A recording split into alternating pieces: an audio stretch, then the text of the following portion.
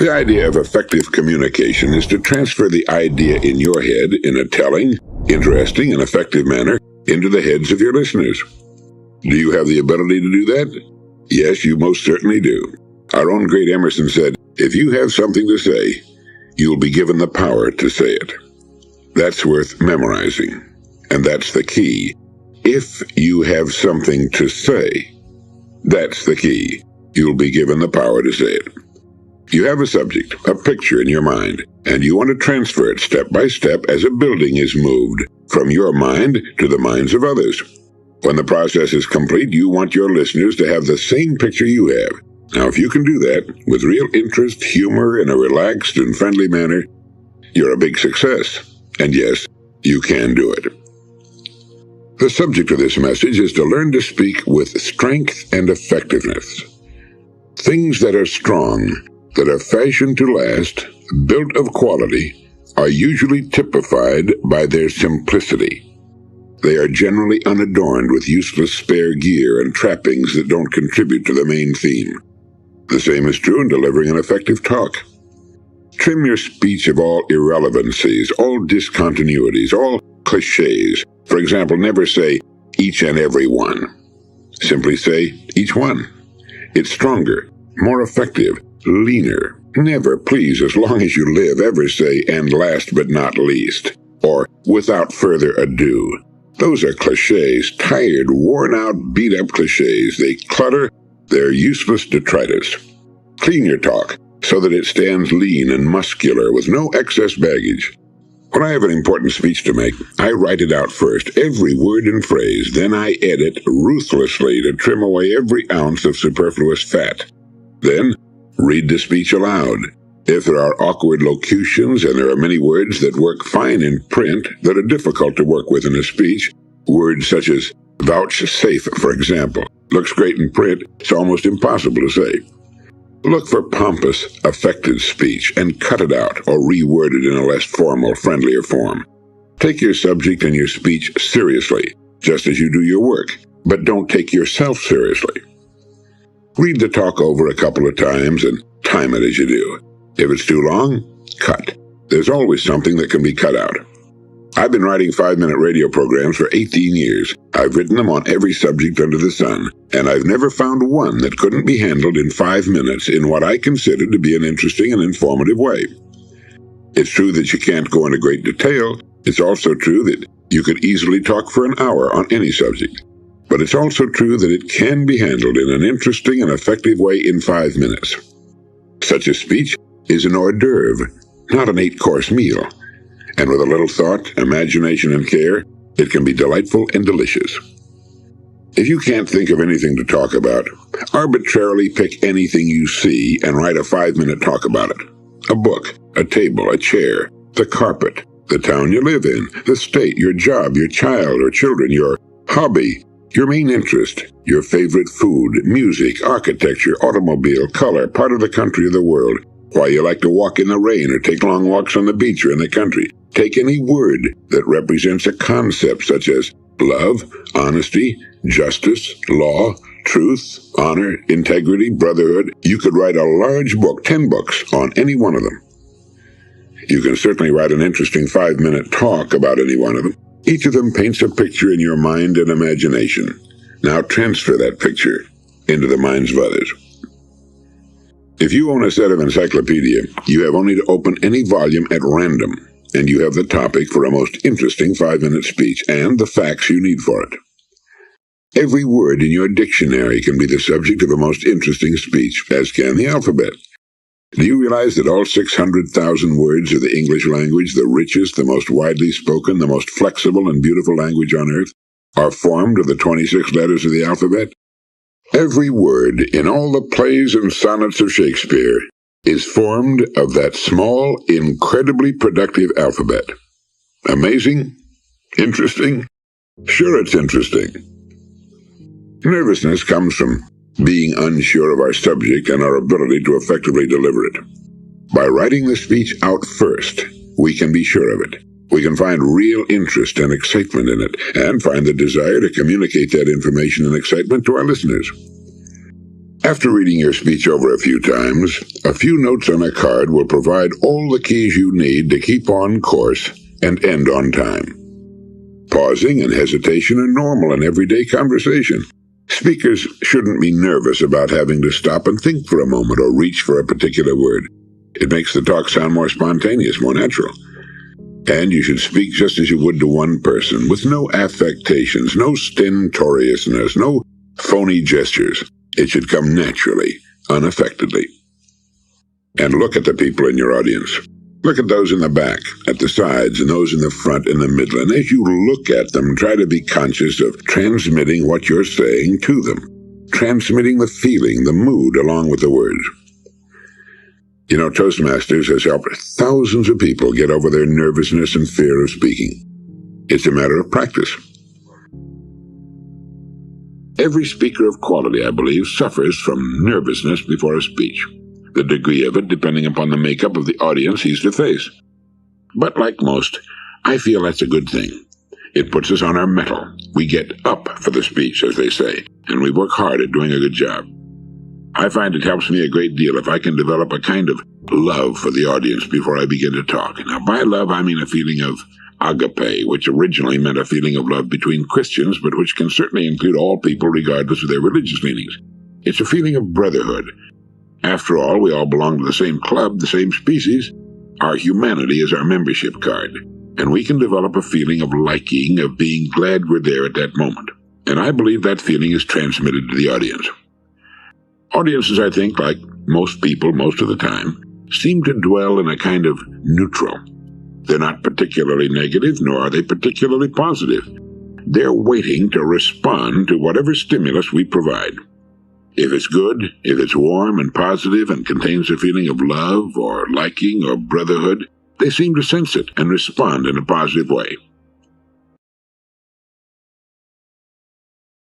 By liking your audience before you begin, you set the stage, which is so important, for what you have to sell.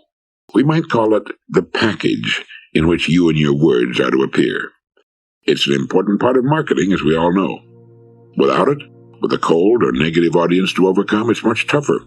There's a book out which has a title that goes, if I remember correctly, The First 4 Minutes. I may be wrong on the actual words, but that's the idea of the book at any rate. The book talks about the importance of that first impression. We can overcome a poor or average first impression with a good speech and wind up a big success, but it's a lot better to begin a winner. So, like your audience, even if it's hard for you at first. Liking your audience will go a long way toward dispelling nervousness and stage fright. We enjoy talking to people we like. It's fun, and we can have a good time doing it. Most people are nice people. They want the same things you and I want. They want to enjoy your speech. They're looking forward to hearing you. Actually, you've got everything going for you, and there's no reason in the world to be fearful or consider the people in your audience hostile toward you. The fact that they're not all wearing big friendly smiles isn't important. They want you to succeed. They want to enjoy your speech. You can enjoy it with them if you begin with the right attitude, as you probably know. That word attitude, has been called the most important word in the language. It's magic.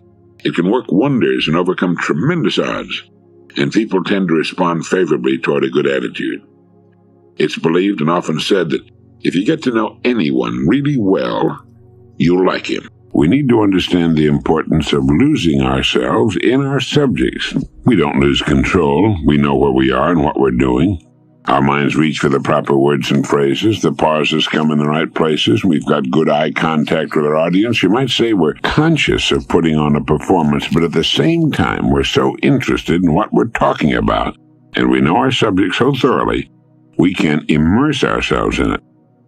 Before you make a speech, think about the group you're going to speak to. Chances are it includes some very successful people.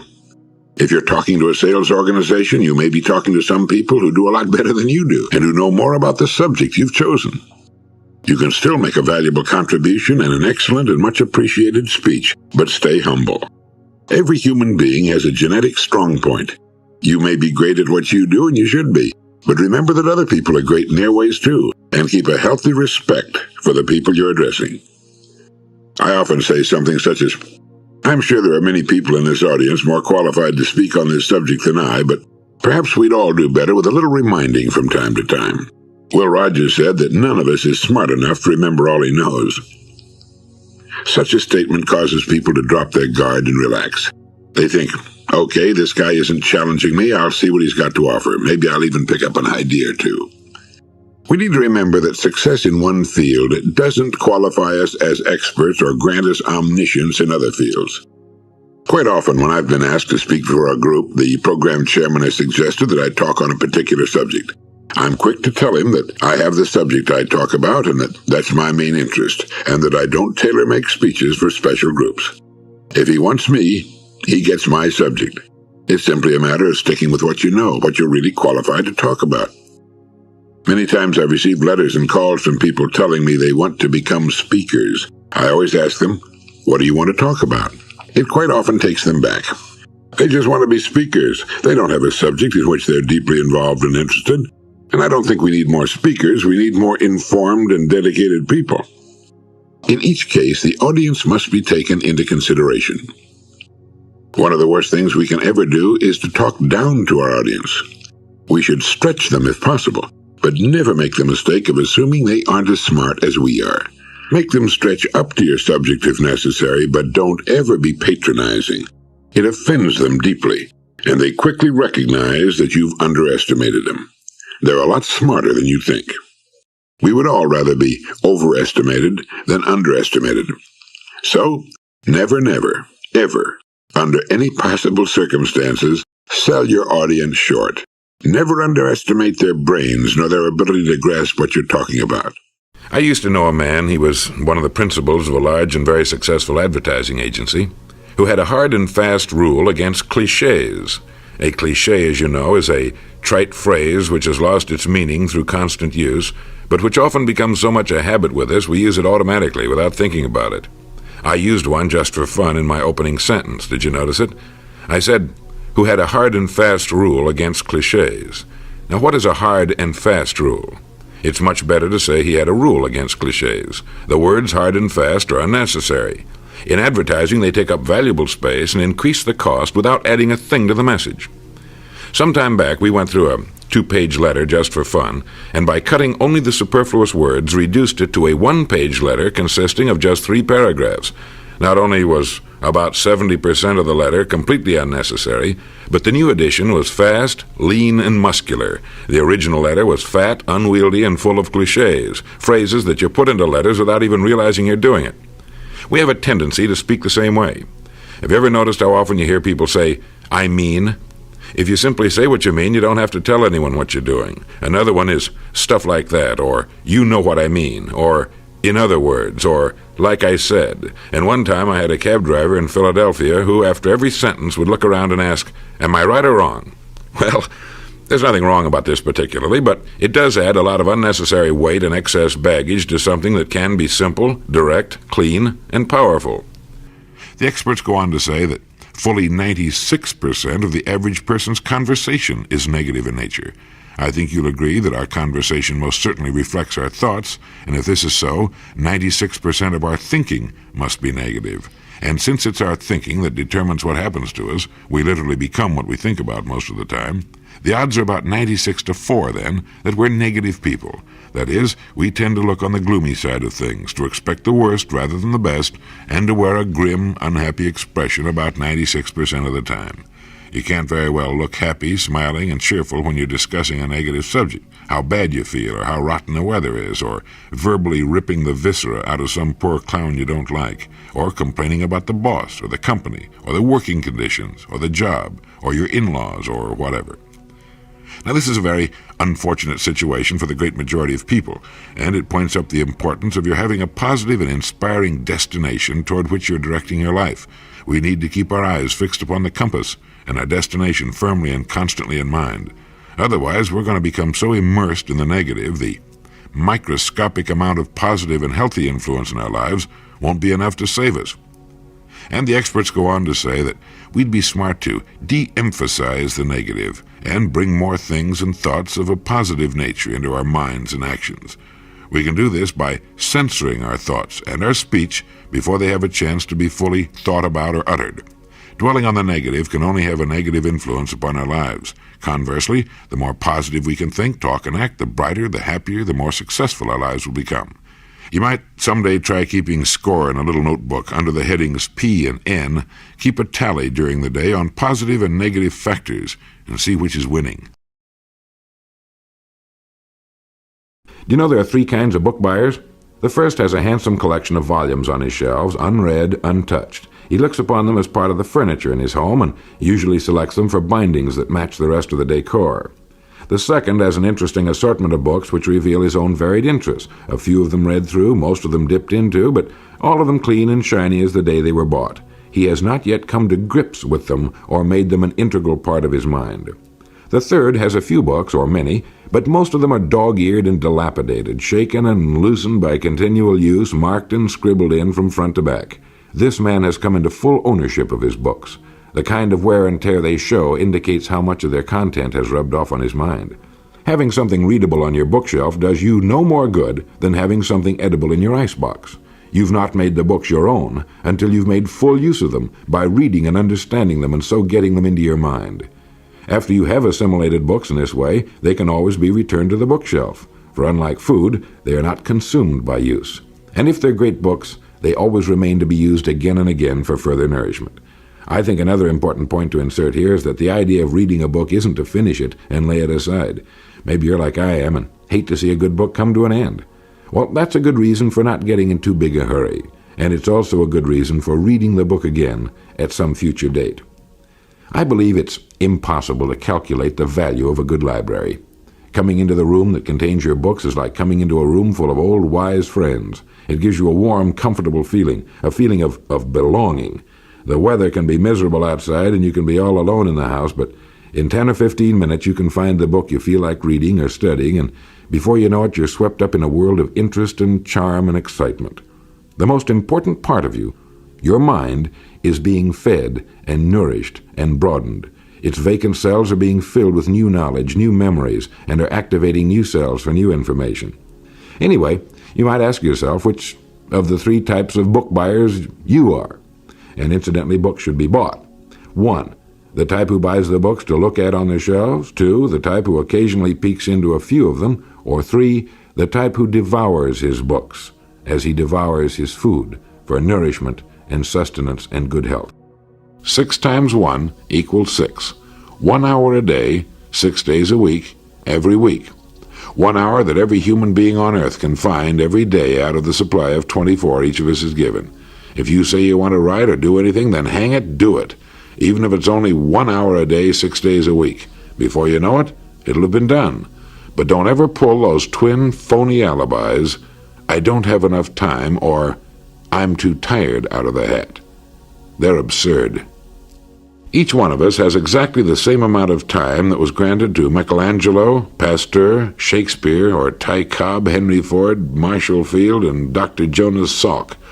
If you don't want to use it, it's really best that you just keep silent.